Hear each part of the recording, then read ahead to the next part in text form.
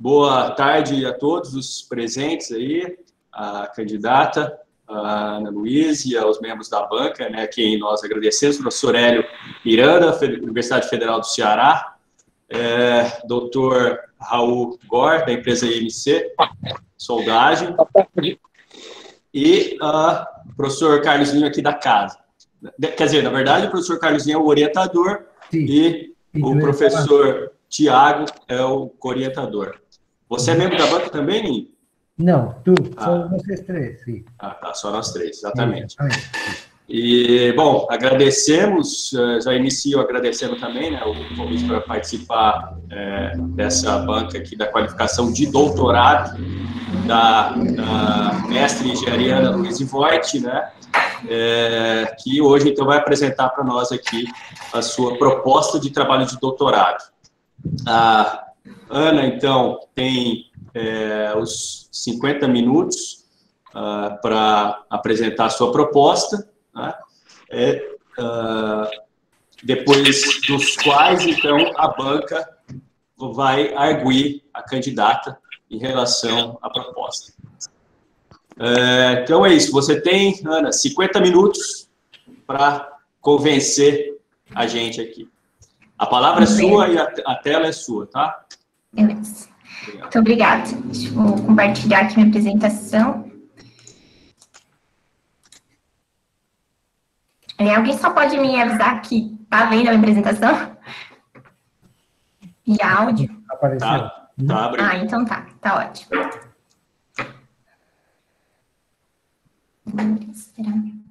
Então tá, primeiro eu gostaria de agradecer, né, novamente aos membros da banca, o professor Regis, o professor Hélio e o Raul, né, por terem aceitado o convite, também, né, estarem dispostos a me avaliar, né, nessa minha proposta aí de doutorado. Os meus orientadores, né, o professor Carlos Linho e o professor Tiago Vieira da Cunha. Então, meu trabalho é intitulado Aquecimento por Indução Eletromagnética, aplicado ao arame eletrodo dos processos MIG-MAG e arco submerso. Então, aí, nos processos de soldagem é muito comum a gente buscar aumento, né, da taxa de deposição. No contexto do processo TIG, é muito recorrente, né, o emprego, então, do pré-aquecimento do arame, visando aí aumentar as velocidades de alimentação de arame, né, inclusive foi meu trabalho de mestrado. Já nos processos com eletrodo consumível, né, o processo MIG-MAG, o processo arco submerso, ao aumentar a velocidade de alimentação de arame, a gente tem consequente aumento da corrente de soldagem operando aí num fonte do tipo tensão constante.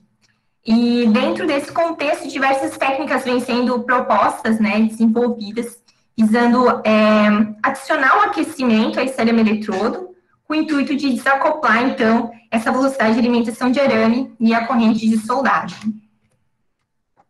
Grande parte das técnicas, né, desenvolvidas, elas empregam o efeito Joule, então, pega uma fonte auxiliar e, ao passar corrente, então, pelo arame, uma corrente auxiliar, digamos assim, promove, então, o pré-aquecimento do arame eletrodo.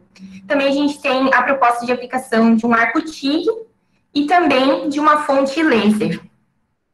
Contudo, no processo arco submerso, a gente tem apenas a aplicação, né, da técnica aí, visando aquecimento por efeito Joule. Então, como eu comentei, no contexto aí do meu trabalho de mestrado, foi o desenvolvimento da técnica IHW, que é o aquecimento por indução eletromagnética no arame, né? Então, propondo uma técnica diferente, né, de hot wire. Lá a gente obteve o aumento de 200% da velocidade de alimentação de arame, né, comparado ao cold wire. Então, ela se mostrou uma técnica aí em potencial para aplicação, então, no aquecimento dos arames eletrodos do processo GMEW e SEW, e, né, nesse caso. Então, essa técnica do IHW, ela poderia ser aplicada tanto antes quanto depois do bico de contato, né? Então, no processo SEW, essa abordagem de aplicar o aquecimento pós-bico de contato é ainda inexplorada, assim como, claro, o aquecimento indutivo no contexto do aquecimento, né, do eletrodo, para ambos os processos também a gente não tem nenhum relato na literatura. Então, com isso, o objetivo do meu trabalho é o estudo e desenvolvimento da aplicação do aquecimento por indução eletromagnética, né, nos arames eletrodos dos processos SAW e GMAW ao longo do stick out, ou seja, depois do bico de contato. Então, eu vou começar um pouco sobre a fundamentação teórica, né, iniciando aí os fundamentos do aquecimento por indução eletromagnética, e depois as tecnologias, né, de aquecimento do arame eletrodo já propostas aí na literatura, tanto para o MIG-MAG quanto para o ARC-SUBMAPS. No contexto da soldagem, o aquecimento por indução, né, não é novidade, a gente tem ele principalmente na manufatura de tubos, né, com costura, juntamente com pressão mecânica, né, que já é bem difundido. Também, né, nesse pré-aquecimento da junta, né, de tubos, visando a soldagem por atrito, né, diminuindo o desgaste da ferramenta. Também no pré-aquecimento de juntas, nos demais processos de soldagem, né, aí eu cito o laser e o arame tubular também. Também é utilizada a indução, né, para aquecimento da peça, durante a fabricação de peças por manufatura aditiva, né, em que se emprega o processo de soldagem, que é um tema bem aí na moda, né, então se utiliza isso para diminuir as tensões residuais, né, na peça ao longo da fabricação. Então, como é que se dá esse mecanismo, né, de aquecimento através da indução eletromagnética? Tem dois principais mecanismos.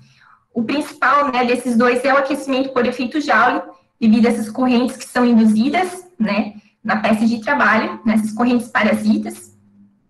E o segundo, então, é a esterese magnética, que só ocorre, né, nos materiais ferromagnéticos, né, mas o aquecimento por efeito Joule é o mais importante, mais significativo, certo? Então, aqui na figura da esquerda, a gente tem uma bobina, então é percorrida, né, por uma corrente alternada, que por isso gera um campo magnético alternado, que induz, então, correntes, né, na nossa peça de trabalho.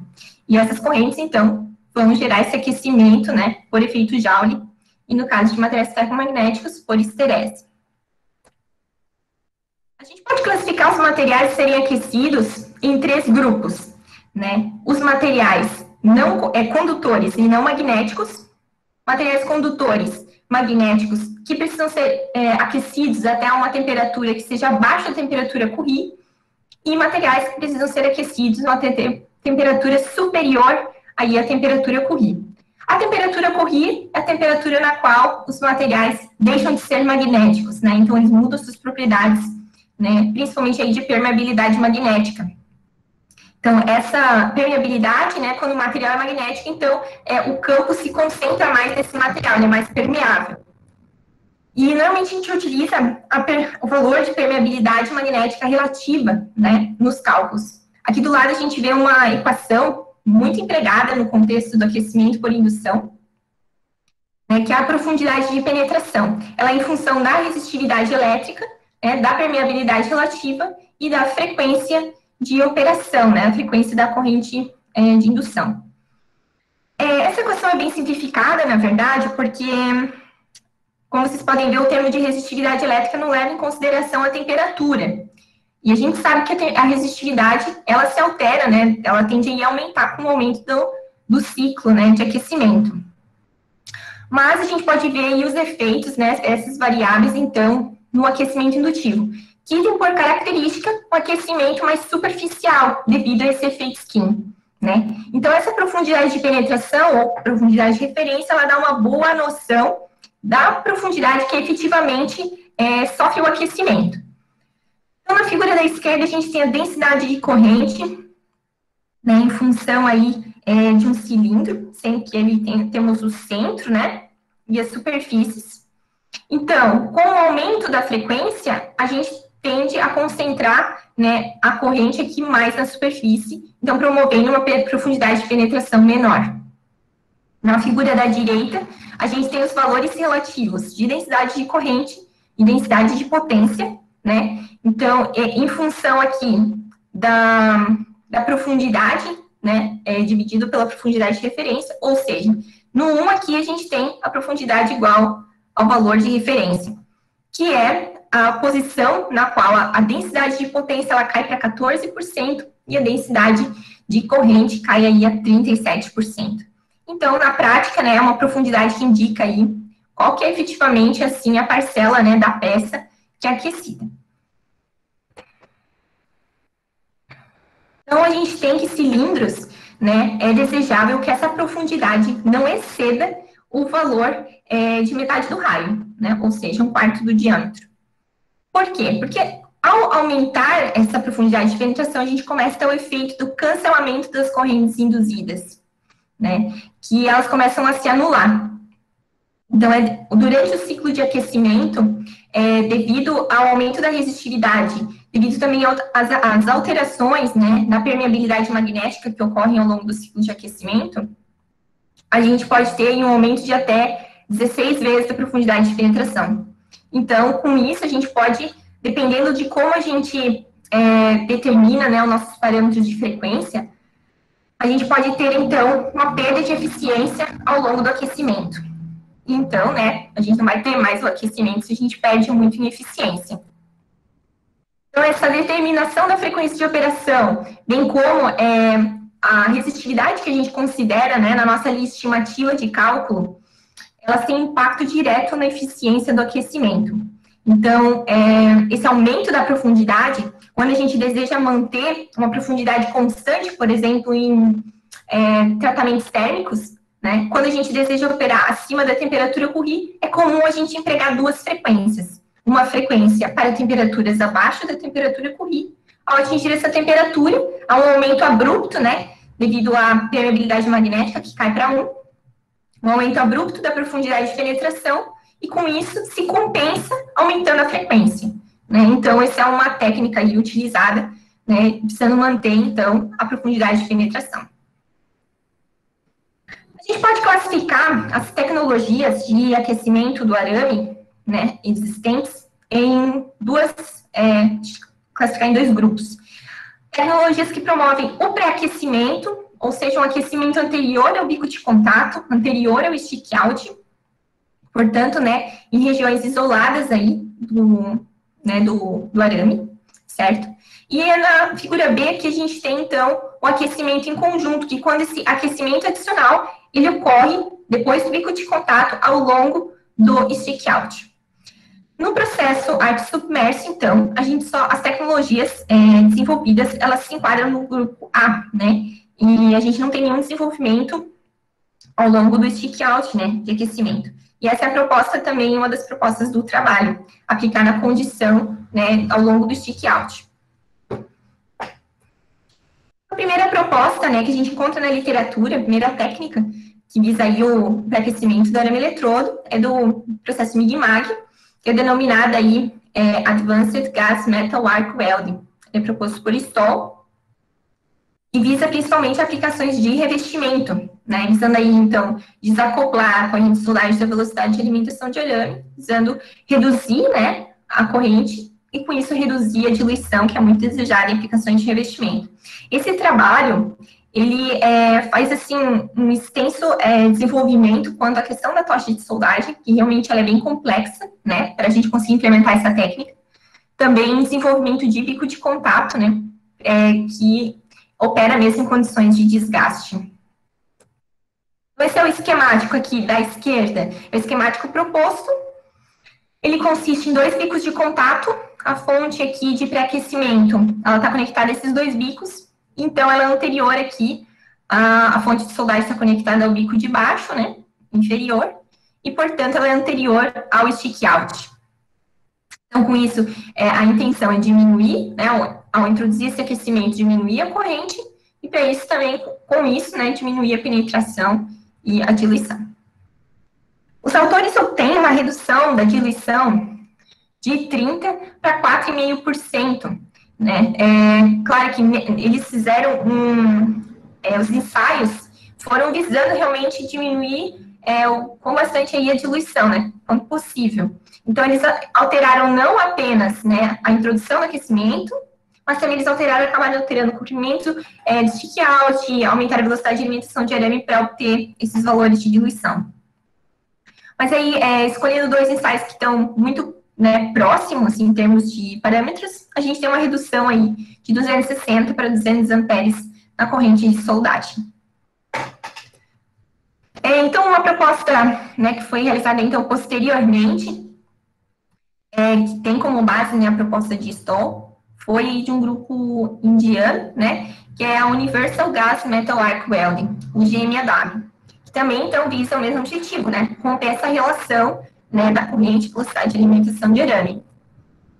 Aqui, como vocês podem ver, a proposta é muito semelhante, né, à proposta de Stoll. No primeiro momento até parece igual, né, mas a grande diferença é que aqui a fonte de soldagem, ela não está conectada ao bico inferior, e sim no bico superior. Com isso, a gente tem todo esse comprimento de arame sendo aquecido, né, pela corrente de soldagem, portanto, esse comprimento todo aqui de stick out, apesar aqui, né, da figura tá um pouco divergente. Então, a gente tem esse aquecimento sendo promovido de forma conjunta, né, não em todo o comprimento, mas numa boa parcela, né, do comprimento do arame. Eles obtiveram, então, uma corrente média de soldagem, né, no processo convencional de 200 amperes, e com a introdução do pré-aquecimento, é uma redução aí de uns 15%, né, nas condições avaliadas. Também obtiveram uma redução, né, da diluição, também como era esperado. Outra técnica proposta para o MIG-MAG é a utilização, né, de uma tocha TIG, né? Aqui a gente tem, então, o esquemático, né, a tocha proposta, desenvolvida, a tocha TIG aqui do lado, e o esquemático aqui proposto. Então, o bico de contato aqui, ele funciona como ânodo, né, para ambos os processos, né, o arame. Então, essa é a proposta de MIG-GAL. O interessante desse trabalho é que eles fazem a filmagem de alta velocidade e mostram um pouco das alterações, né, de transferência metálica, que é algo que ainda não tinha sido comentado pelos autores, né, anteriores. Então, aqui na primeira imagem, a gente tem a condição convencional, né, particular, uma corrente de soldagem aí de 280 amperes. Aqui eles introduziram 40 amperes da corrente TIG, e aqui 80, né? Então, eles observaram a redução da corrente, mas também observaram uma mudança na transferência metálica. Né, uma gota de maior dimensão, também uma frequência de destacamento 3 vezes menor. Eles comentam que essa transferência, eles denominam como drop spray, né? Seria uma transferência que ela ocorre principalmente na região de transição lobular goticular. Comentam que é uma transferência bem irregular e que, né, segundo eles, se a introdução do aquecimento amplia essa faixa operacional, né, desse modo de transferência, que até é desejável no caso de estudos quanto aos impactos, né, na transferência da gota.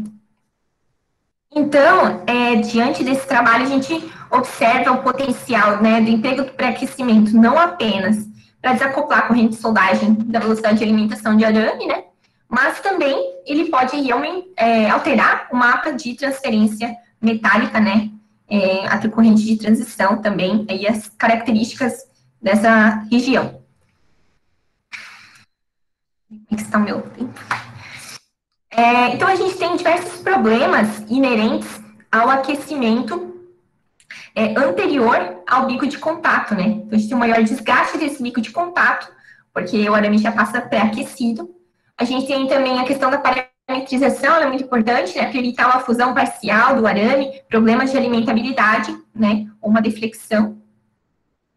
Então, ali e demais autores, eles propõem a introdução de um pré-aquecimento através de um feixe de laser, né, ao longo do stick out, então, sem a necessidade de um bico de contato adicional, né. Então, eles conseguiram uma redução de 17% na corrente de soldagem, e o trabalho deles, eles dão um foco maior na aplicação do laser, e não tanto em comparação com o processo convencional. Eles aplicam o laser com formato de onda contínua e pulsado, mas a gente pode observar as imagens de filmagem de alta velocidade, que eles também obtêm, né, um modo de transferência muito similar ao trabalho anterior.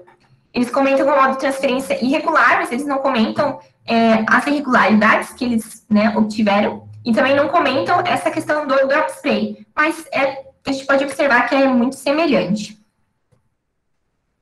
Contudo, devido às características né, do diâmetro relativamente pequeno do arame, do formato cilíndrico, juntamente com o ângulo de incidência do feixe, a gente pode ter aí problemas de absorção, né, dessa energia efetiva para promover, então, o aquecimento. Também a relação entre diâmetro do laser e diâmetro do arame é um fator importante. E a gente sabe que o laser aí necessita de uma precisão, né, de posicionamento para operar aí com robustez.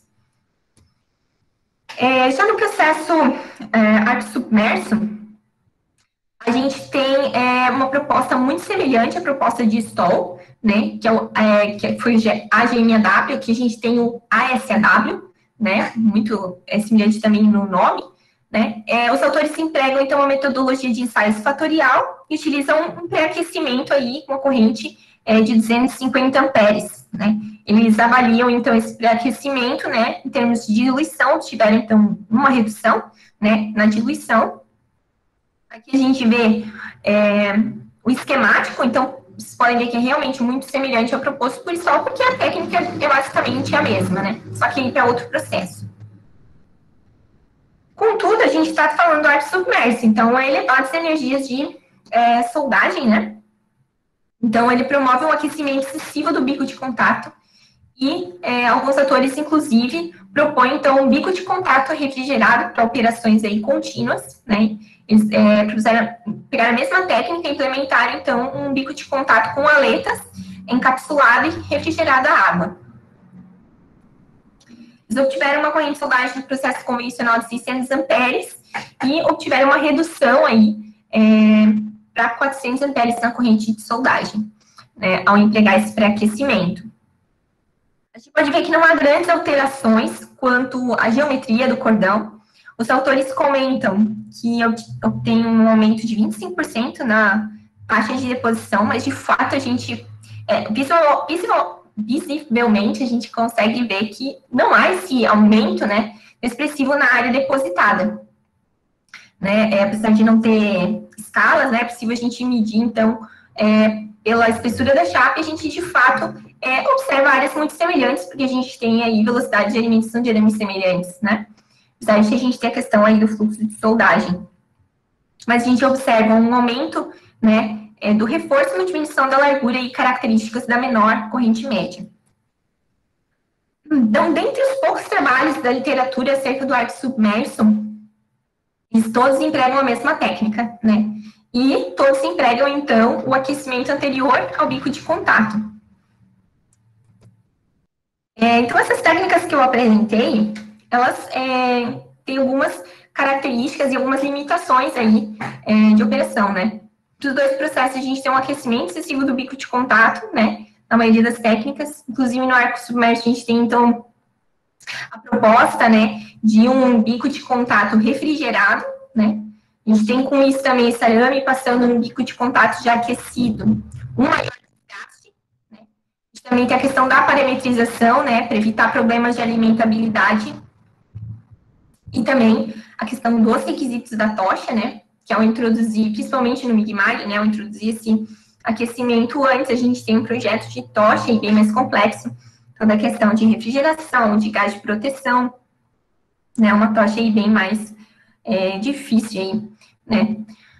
Outra questão do arco submerso, a gente tem a limitação quanto ao fluxo de soldagem, né, a presença do fluxo, por vezes, pode limitar, por exemplo, a aplicação do laser, né, então, a questão do fluxo de soldagem do arco submerso também é um fator aí limitante.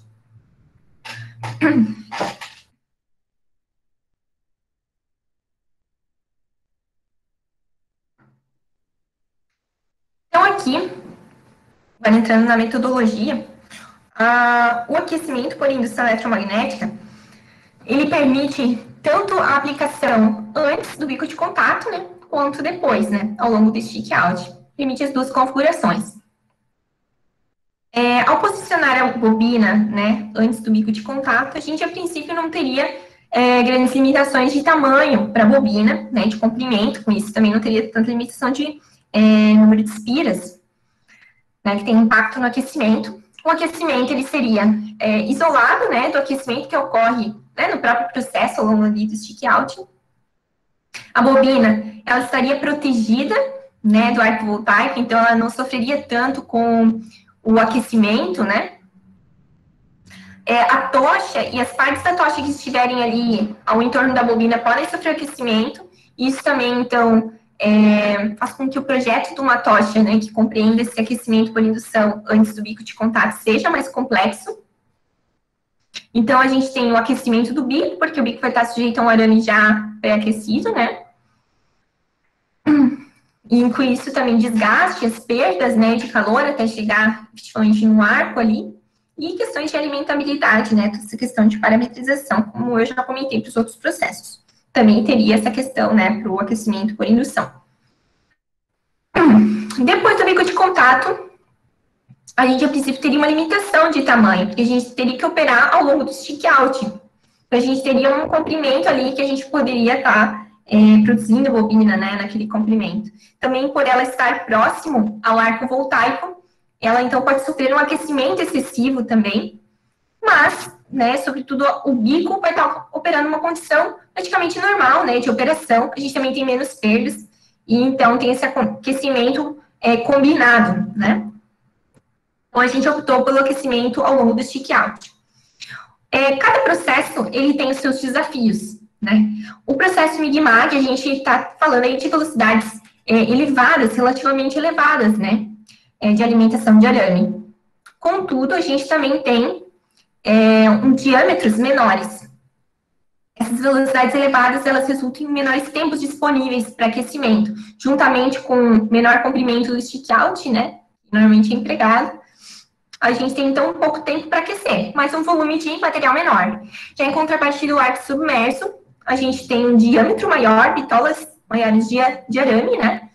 Contudo, a gente dispõe de mais tempo, porque a gente tem um stick out normalmente maior, mais elevado, e as velocidades de alimentação de arame são inferiores, né? Então, permitem um maior tempo, né, de atuação da bobina.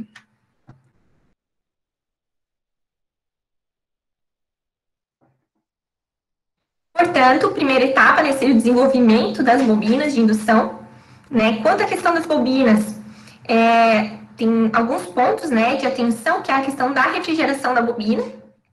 A bobina tem que ser refrigerada com água ou até um outro líquido, assim, porque a questão ela vai estar muito próxima ao arco, então vai estar sujeita a esse aquecimento, né.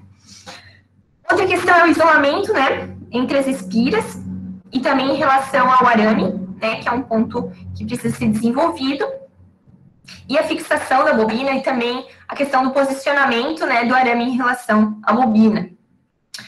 Para a determinação, então, do comprimento da bobina, vão ser realizados ensaios preliminares, visando a identificar qual seria o comprimento stick out, né, de operação, e, portanto, esse comprimento seria importante para a determinação do comprimento máximo, isso para cada processo. A gente vai tratar cada processo de forma separada, né? A gente não vai tentar comparar os dois. Então, para cada processo será desenvolvida uma bobina de 1 e de 2 camadas, né? Dentro do mesmo processo com o mesmo comprimento. Mas os dois processos vão operar a frequências diferentes, possivelmente, com comprimentos de bobina diferentes. Então, na sequência, né? Então, é o desenvolvimento, né, de tochas que contemplem esse sistema da bobina, que compreenda a sua fixação, né. Na questão do arco submerso, a gente tem a particularidade do fluxo de soldagem, porque o fluxo de soldagem, se ele é alimentado de forma concêntrica, pode ser que a bobina ali atrapalhe um pouco essa alimentação do fluxo. Então, possivelmente, a gente vai ter que realizar uma alimentação, né, de forma externa. Também a gente propõe o desenvolvimento de um endireitador de arame, né? Por quê? Para ser acoplado, né, junto à bancada. Porque a questão do posicionamento do arame dentro da bobina, ela é muito importante. Se você está falando de arames de arco submerso, né, de grandes bitolas, eles têm uma curvatura, né, devido aí ao cast, bem elevada.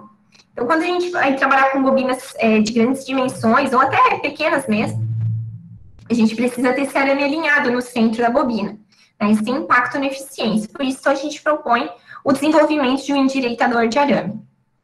No processo MIG-MAG, a implicação de colocar uma bobina ali logo depois do bico de contato pode ter, então, né, esse projeto da tocha precisa contemplar um bocal diferenciado, e também essa questão do fluxo do gás de proteção, a gente precisa ficar atento, né, para ver se o fluxo do gás está realmente indo ali para o arco voltaico. Para isso, vislumbra esse potencial na técnica do Schlieren, que é uma técnica de visualização, né, de escoamentos, né, a gente consegue visualizar, então, escoamentos diferentes devido à diferença de densidade. A gente pretende aplicar uma configuração mais simples, né, do Schlieren, que é a utilização de um único espelho, né, a gente tem uma área de testes à frente desse espelho, então, que é onde a área de interesse, né, do registro desse escoamento. A gente tem uma fonte de luz pontual, né, uma distância de 2 vezes a distância focal do espelho, e a câmera aqui com a aresta, né, de corte, buscando aí, então, obter uma imagem desse escoamento. Aqui são algumas imagens que a gente realizou, bem preliminares, né? Vocês podem ver uma imagem de uma vela acesa e sofrendo uma perturbação. Também aqui um secador de cabelo, né, desligado e ligado. Mas a gente pode ver já que essa técnica tem potencial, que essa configuração que a gente, montou, ela tem potencial de poder registrar, né, e caracterizar essa tocha que a gente pretende desenvolver. Claro, alguns pontos precisam ser melhorados, né? A questão aqui é que a imagem tem duplicidade, isso precisa melhorar a questão da iluminação, né? E também no alinhamento. Mas então aí a gente vê potencial na técnica. Por fim, a gente tem a caracterização, por fim não, né? Na metade do caminho a gente tem a caracterização da bobina de indução, né? Das bobinas desenvolvidas. E a seleção, então, da frequência de operação. Então, para os ensaios, né, será realizada a fonte de indução da empresa IMC Soldagem. Ela tem capacidade de chegar até 100 kHz, né, de frequência, é uma frequência já bem considerável. E essa determinação da frequência de operação, como já comentei, será realizada, né, para cada processo de forma individual, né, porque cada processo utiliza uma bitola, né, de arame, e essa bitola de arame aí demanda, né, de uma máxima profundidade de penetração. Então, a gente também pretende operar com uma frequência só, a princípio, né? Então, atingindo no máximo a temperatura corrida. Então, no primeiro momento, como eu comentei, o desenvolvimento de 2 bobinas, né? A bobina de 2 camadas tendo o dobro do número de espiras, só que as duas com o mesmo comprimento.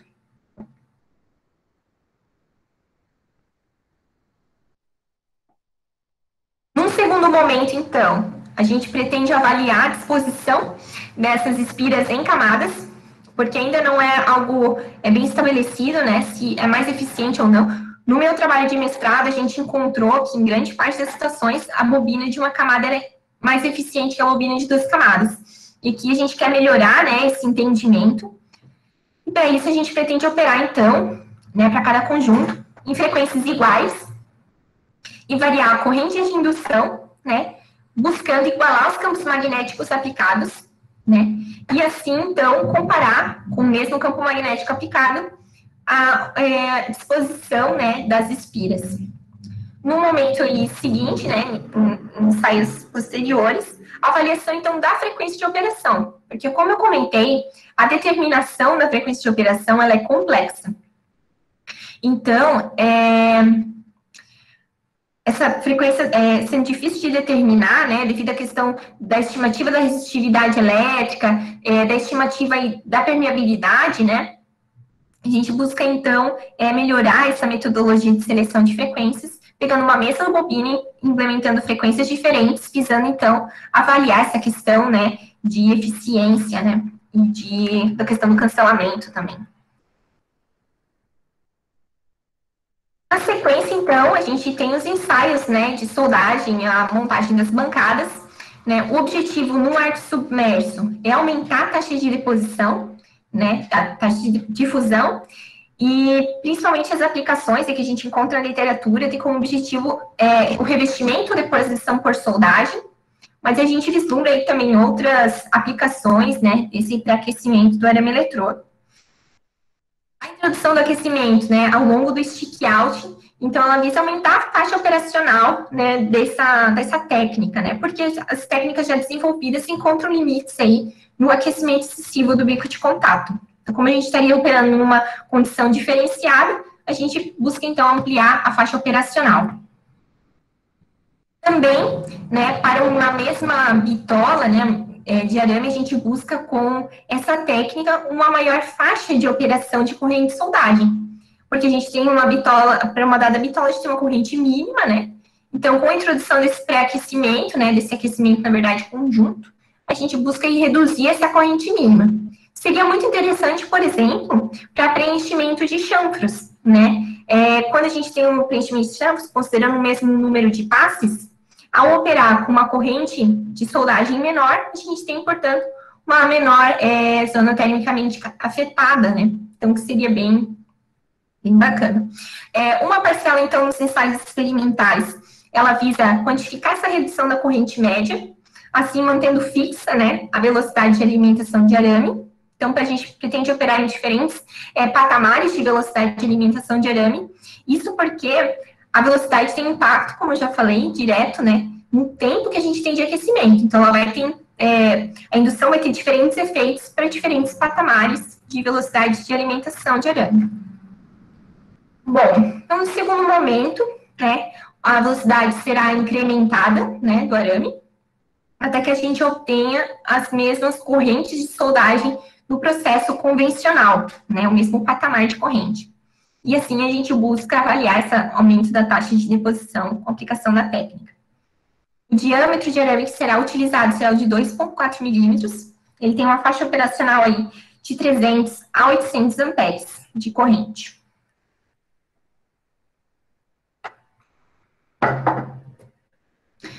Essa é uma bancada desenvolvida recentemente no laboratório, né? Bancada que permite, então, o deslocamento do conjunto, né? Do ar submerso, tanto, né, ao longo, né, da soldagem, o deslocamento desse conjunto também ele permite o tecimento, também movimentos de switchback. Então, ele vai estar sendo utilizado aí na bancada do ar submerso, né, juntamente com os demais elementos. Quanto ao processo MIG-MAG, a gente busca duas avaliações, né? Um binômio produtividade e qualidade, que a gente, né, chamou assim, e um segundo, características de transferência metálica, certo? Mas primeiro, eu preciso determinar, então, o diâmetro de arame a ser entregado, né, nesses ensaios. Esse diâmetro do arame vai ter influência na seleção da frequência, né? E, por fim, na profundidade de penetração, que a gente vai determinar. Então, isso tudo, né, o diâmetro do arame influencia. Então, para isso que a gente precisa definir ele, né, de uma forma correta. Então, a gente busca uma transferência metálica do tipo goticular, que ela é mais estável, né, a gente tem o mesmo comprimento de stick-out, né, um comprimento constante.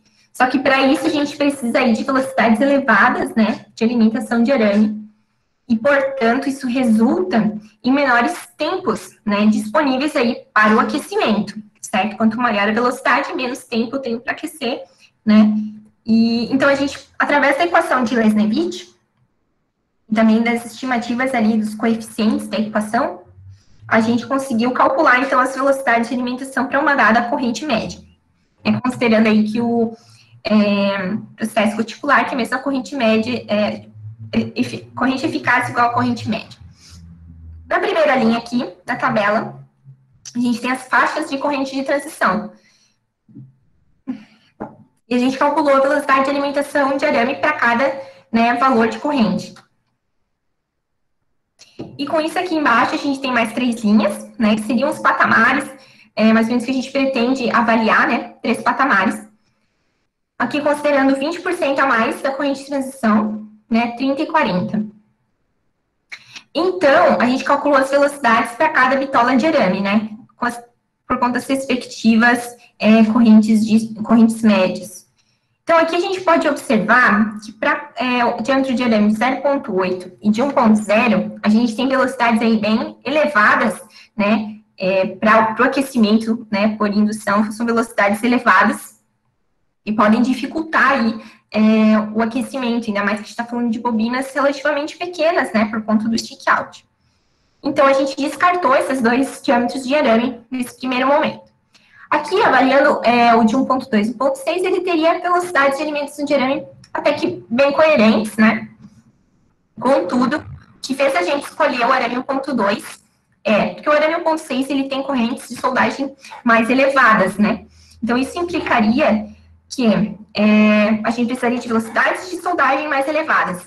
E com isso, a dinâmica dos ensaios, a gente precisaria de cordões muito maiores, porque a gente precisa de um tempo até que os parâmetros de indução se estabilizem.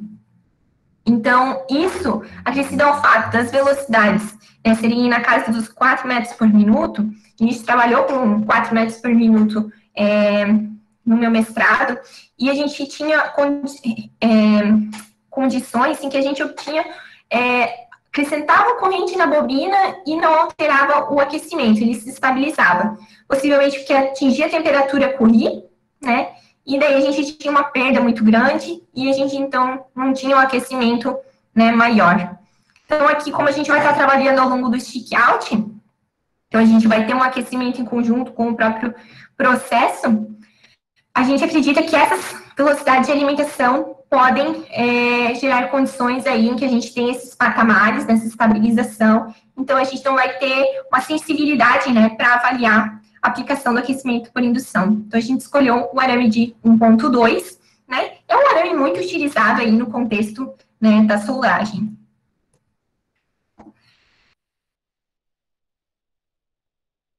A gente busca operar com 3 patamares de velocidade de alimentação de arame, né, como eu comentei, em níveis aí de corrente de soldagem, e sempre operando no modo de transferência metálica goticular. Então, buscando quantificar esse aumento da taxa de fusão, né, a gente então vai realizar ensaios observando, né, com diferentes níveis aí de corrente na bobina, e com isso campo magnético diferente, a redução na corrente média de soldagem, né. Num segundo momento, aumentando essa velocidade de alimentação de arame, até que a gente atinge, então, bem semelhante ao arco submerso, né, a corrente de soldagem do processo convencional, e assim quantificando a taxa de deposição nesse aumento. Num segundo momento, então, para avaliar essa transferência metálica, né, iniciando, então, os ensaios com a modo de transferência goticular, né, a gente vai habilitar o sistema de aquecimento por indução e, na sequência, então, diminuindo a velocidade de alimentação de arame até a gente atingir a transferência metálica globular. E, assim, buscando avaliar essa região de transição, né, através, então, dos oscilogramas, né, da aquisição e dos oscilogramas de tensão e corrente de soldagem.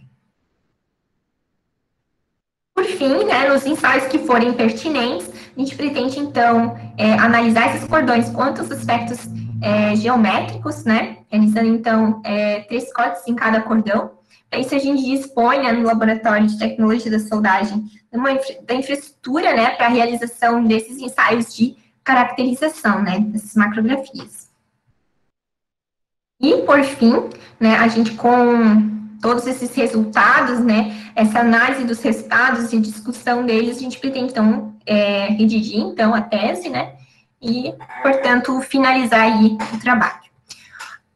Quanto aos recursos, né, os recursos são todos assegurados pelo LTS, a gente dispõe, então, de fontes de soldagem para a realização dos ensaios, também dos insumos, né, para o projeto, né, desenvolvimento das tochas de soldagem, também a fonte de indução, né, sistemas de deslocamento, como eu mostrei, a bancada que a gente desenvolveu é a modular, né, para o arco submerso, apesar de que ela pode ser implementada também para outros processos.